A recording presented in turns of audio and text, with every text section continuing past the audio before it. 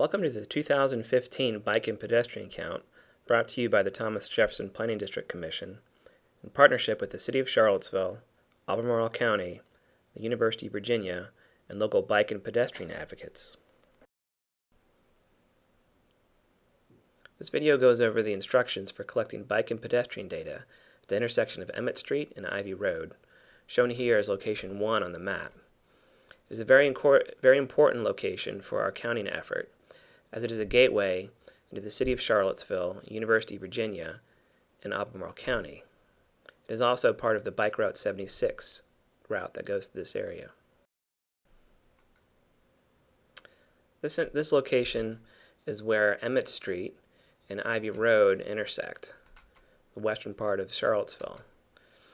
Ivy Road turns into University Avenue just east of this location. To the north, we have Cavalier Inn, and to the south, you'll notice the tennis courts at Memorial Gym.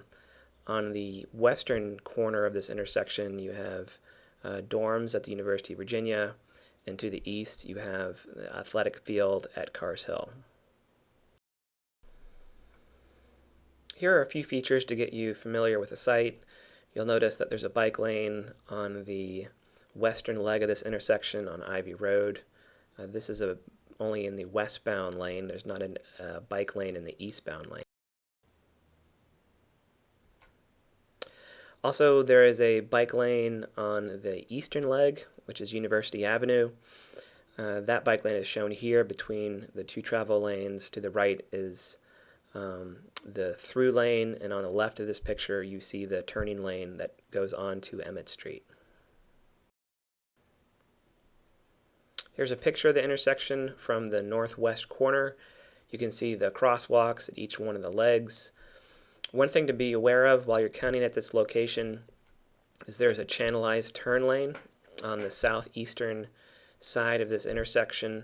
It may be difficult to notice or to see pedestrians and cyclists using this area. So it's a tricky feature. Just make sure that when you're counting to account for this area.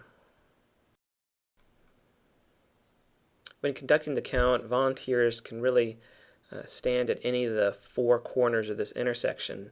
We would recommend the northeast corner, as there's a retaining wall there that may allow for volunteers to lean against and to bear down on while collecting this data. In the count, volunteers will record the number of pedestrians that pass through the intersection. We also will collect bike count data, which will include a record of the turning movements of those cyclists through the intersection.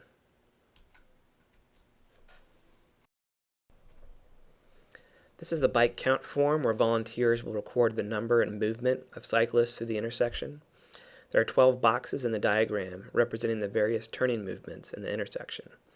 When a cyclist passes through this location, make a tick mark in the appropriate box, indicating the movement and the direction from which the cyclist approached. For example, if a cyclist approached from the west on Ivy Road and turned right onto Emmet Street, the volunteer would include a tick mark in box D3, shown here. If a cyclist approached from the east on University Avenue, passing directly through the intersection, a mark would go into box B2, shown here. Volunteers are asked to conduct these counts in 15-minute increments to provide a more detailed breakdown of the counts. So every 15 minutes, start a new form and make sure to indicate the time on each sheet. This effort counts the number of people, not the number of bicycles. In the picture to the left, there are 2 individuals on a bicycle. Consequently, the volunteer would include 2 marks on the bike form. The picture on the right shows 5 people, which includes an infant. This would count as 5 on the bike form. Also, we ask that volunteers count all cyclists, even those riding on the sidewalk. Collecting counts on pedestrians is more basic. Volunteers will not record turning movements, but the total number of pedestrians. These marks will go into a box on the form apart from the intersection diagram. No matter the turning movement in the intersection, each pedestrian will count as 1 in this sidebar. Also, remember to conduct these counts in the 15-minute increments. using a new form every 15 minutes and making sure to indicate the time on each sheet. When conducting the pedestrian count, make sure to include people in wheelchairs and children in strollers. For people on skateboards and rollerblades, mark those individuals as other on the form. When volunteers arrive at the site, they should bring a copy of the count instructions, the location map, and most importantly, the count form with the intersection diagram. If you would like to borrow a clipboard, please visit the TJPDC offices to check one out.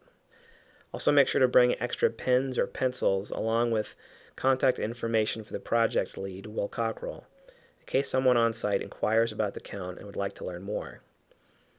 Bring sunscreen, snacks, and water, especially if you're counting for more than an hour.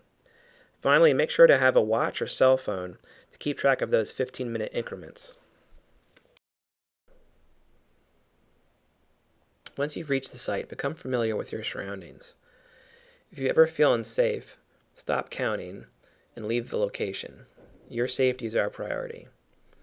Also, it's best to arrive 15 minutes before your time slot, allowing yourself to become familiar with the intersection. This may also allow time to interact with a volunteer from the previous time slot and ask about any difficulties he or she experienced with the count.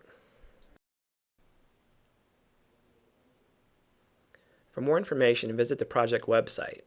You can find detailed count instructions and forms for the different locations, frequently asked questions, along with other important information. If you would like to sign out a clipboard or pick up copies of the form, please visit the TJPDC offices at 401 East Water Street. The project lead is Will Cockrell.